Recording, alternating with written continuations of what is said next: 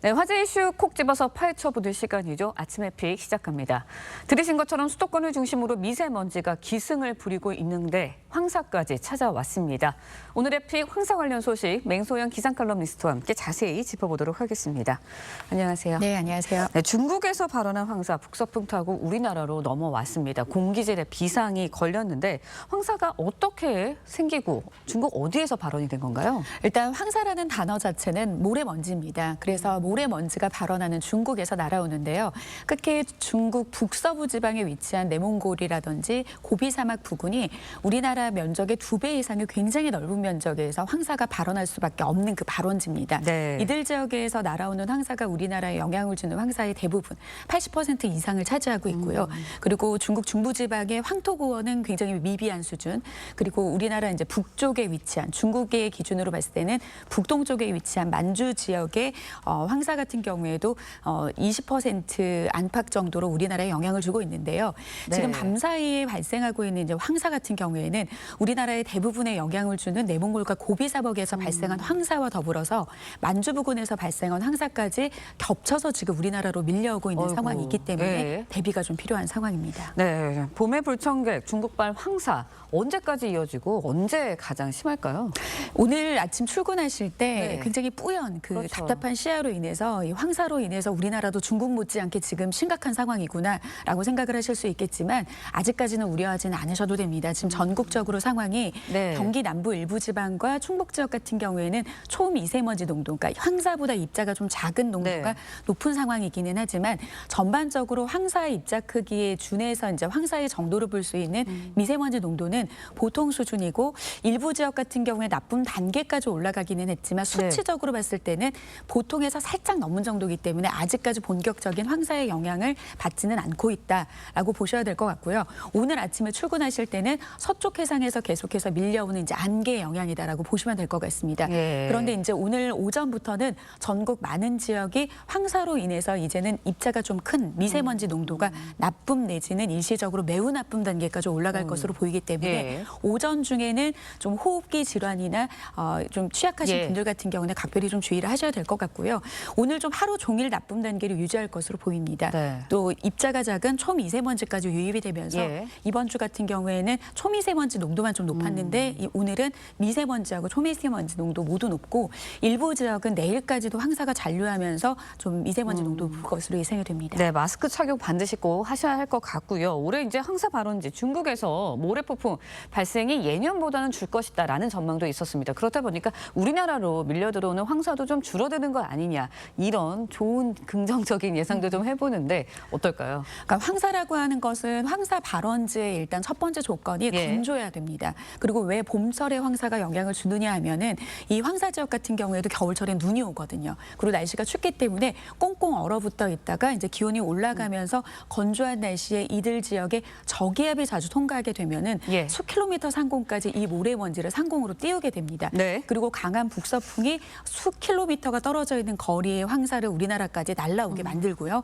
그리고 우리나라 주변 지역에 강한 고기압, 침강을 시키는 고기압이 형성이 돼야지 우리나라에 영향을 줍니다. 그러니까 이 네. 말은 즉 황사 발원지의 상황보다도 그 기상 조건이 어느 정도가 만족이 돼야지 우리나라에 날아오는 거거든요. 예. 그렇기 때문에 일차적으로 발원지의 발원이 좀 적어진다라고 하는 건 좋은 소식이긴 하지만 네. 이번처럼 한 번 발언을 했을 때 앞서 말씀드린 기상 조건의 예. 3박자가 맞아졌을 때는 우리나라에 영향을 줄 수 있기 때문에 이거는 계속해서 좀 지켜봐야 되는 상황이겠습니다. 네, 알겠습니다. 인천과 충청에 황사 위기 경보가 발령되기도 한 상황입니다. 공기질이 나쁠 것 같은데 어느 정도까지 해로운 건가요? 어제죠. 환경부는 오후 5시를 기해서 예. 인천과 세종 충북 지역을 중심으로 황사 위기 경보 관심 단계, 관심주의 경계 심각 4단계 중에 이제 첫 번째 단계를 발령을 했는데요.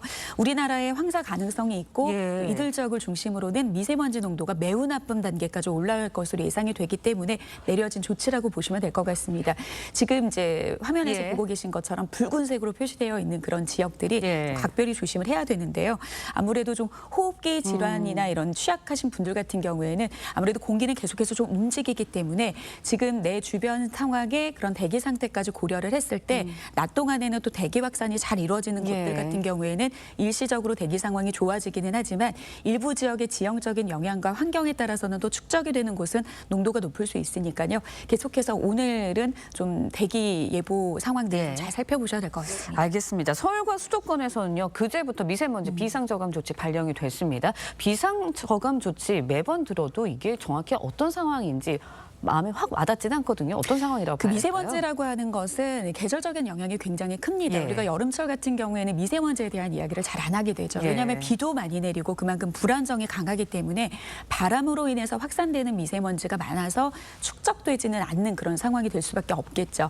근데 겨울 같은 경우에는 미세먼지가 축적될 수 있는 그런 대기 상황들 예. 그리고 이제 난방으로 인해서 사용하는 화석연료의 사용이 많아지다 보니까 미세먼지 농도 자체가 급증할 수밖에 없는 상황이고요. 여기에다가 중국에서부터 유입되는 풍계가 형성이 되기 때문에 예. 굉장히 악조건들이 있습니다. 비상저감 조치라고 하는 것은 대기 상황을 우리가 기상 상황을 막을 수도 없고 중국 쪽에서 그렇죠. 불어오는 바람도 막을 수 없는 상황에서 우리가 할 수 있는 조치는 미세먼지 배출 자체를 줄이는 겁니다. 그러니까 비상저감 조치라고 하는 것은 정부나 지자체에서 만들어 놓은 그 규제로 인해서 예. 배출 자체를 줄이게 하는 강력한 조치가 되는 거거든요. 예. 초미세먼지 농도가 매우 나쁨 단계까지 올라갔던 이제 수도권 지역과 예. 충청 지역 같은 경우에는 비상 저감 조치가 내려짐에 따라서 물론 지자체마다 예. 기준은 다르기는 하겠지만 대체적으로 자동차 배출가스를 줄이기 위해서는 행정과 공공기관에서는 공공이부제 차량을 진행을 합니다. 그러니까 오늘 13일이면은 홀수차만 네.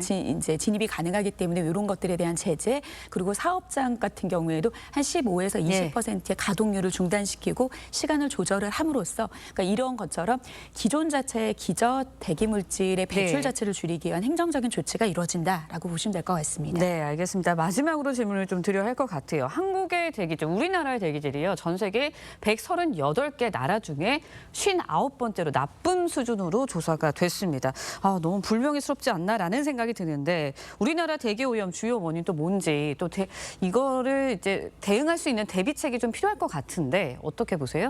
그래도 이게 미세먼지가 비상 저감 조치와 관련해서 행정적인 조치의 또 대표적인 것이 예. 2019년부터 미세먼지 계절 관리제를 시행을 했습니다. 앞서 말씀을 드린 것처럼 계절적인 요인이 크기 때문에 12월부터 이듬해 가장 높은 고농도의 미세먼지 농도를 보이는 3월까지 이렇게 정부가 행정적인 어떤 저감 조치를 시행을 하는 게 벌써 올해로 6번째를 맞이를 했는데요.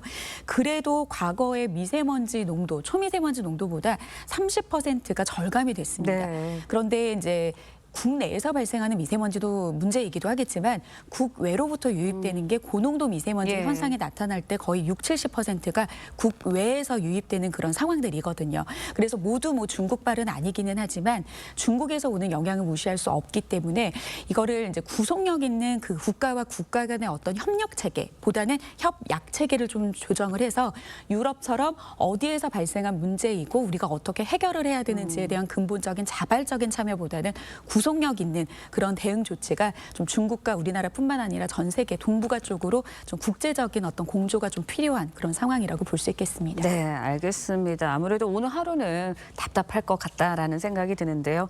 맹소영 기상 칼럼니스트와 함께 날씨 상황 알아봤습니다. 오늘 말씀 고맙습니다.